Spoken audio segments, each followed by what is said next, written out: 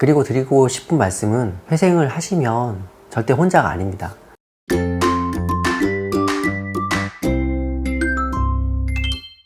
안녕하세요, 회생 변호사입니다. 오늘은 회생을 할 때 막연한 두려운 부분들이 있으시잖아요. 그런 점에 대해서 과연 어디까지가 진실이고 어디까지가 오해인지 한번 말씀드려 보겠습니다. 회생하면 불편해지는 점 한 5개를 뽑아봤는데, 첫 번째가 이제 신용거래가 어렵다. 신용거래라는 거는 신용카드 쓰는 것, 그리고 신용대출 포함하는 개념입니다. 그리고 두 번째는 직장에서 알지 않냐, 이런 부분을 많이 걱정하시고요. 세 번째는 휴대폰을 못 쓰지 않냐 라고 해서 회생하기 전에 휴대폰을 끊고 오시는 분도 있거든요. 요것도 말씀을 드리고, 그 네 번째는 생계비가 너무 적은데 이걸 어떻게 사느냐 걱정이고요. 그 다섯 번째로는 준비할 서류가 너무 많은데 이거 할 수 있냐, 일하면서 어떻게 하느냐, 이런 부분에 대한 말씀을 하나씩 드려보겠습니다. 먼저 이제 신용거래 부분입니다. 다들 요즘은 신용사회니까 신용카드 하나쯤 다 갖고 계시고, 그 신용소비가 너무도 편해져 있거든요. 그래서 이 신용카드를 못 쓰면 어떡하지 라고 이제 걱정들을 많이 하세요.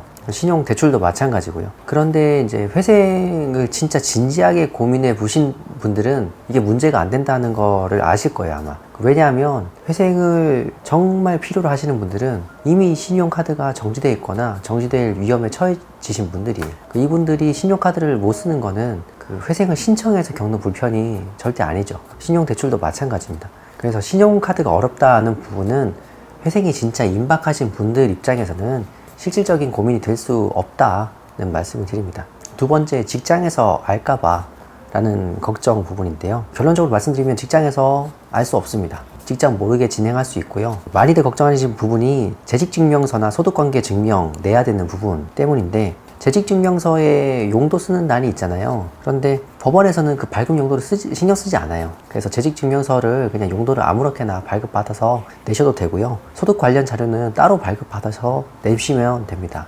직장에서 알 수가 없어요. 직장으로 통보 가는 것도 아닙니다.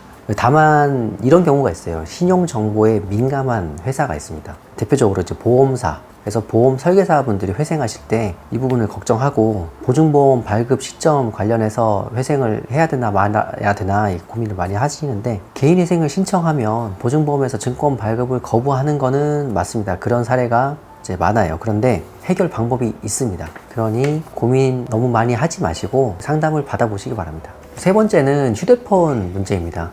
그 휴대폰도 이제 할부거래이고 또 요금 연체되신 분들이 많으니까 현실적으로 걱정이 많으세요. 그래서 상담을 하기 전부터 미리 휴대폰을 정지하거나 해지하고 오신 분들도 계시거든요.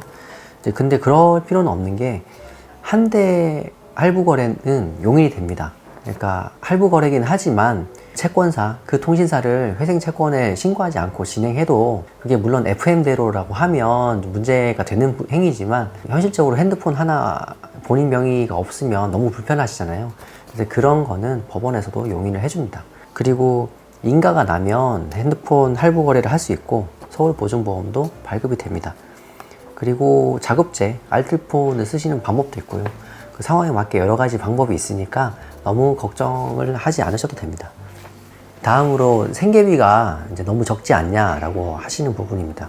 지금 2022년 기준으로 회생을 하시는 1인 가구 생계비가 월 120만 원 정도거든요. 그러니까 뭐 200을 벌든 300을 벌든 120만 원만 남기고 다 변제에 투입을 해야 되는데, 이러면은 이제 사람마다 다르겠지만 확실히 빠듯하다고 느끼시는 분들이 많아요. 뭐 당연히 이제 물가도 많이 오른 상태에서 이제 공감도 되고 이제 그렇지만, 이제 이 말씀을 분명히 드리는 게, 회생을 하면 채무자는 큰 이익을 받거든요. 채무 탕감이라는, 대부분의 경우는. 그런데 이게 채권자의 희생을 전제로 하는 거고, 법원에서도 회생하려는 분들의 의지를 많이 보거든요. 회생을 하시게 된 이유는 결국 채무가 과다한 때문이고, 여러분들의 생활이나 라이프 스타일에 반드시 변화가 필요한 시점입니다. 그런 분들이 계세요. 저희 카페에도 보면 생계비 이거 갖고 어떻게 사느냐, 뭐 1인 생계비일 수도 있고, 그게 뭐 자녀나 배우자가 있어서 2인 3인 생계비일 수도 있는데, 그런 걸로 이제 어떻게 보면 투덜거리시는 글들이 있을 수 있죠. 그런데 거기에다가 댓글을 다시는 분들이 먼저 회생을 진행하시거나 면책까지 받으신 분들이 꼭 거기다가 약간은 따끔할 수 있는 말들을 남겨주세요. 지금까지의 생활 패턴을 다 바꾸고 어떻게든 허리띠를 졸라매서 생활을 해라. 그러면 분명히 버틸 수 있다. 정 부족하면 투잡, 쓰리잡이라도 뛰어라, 이런 말씀들을 하시거든요.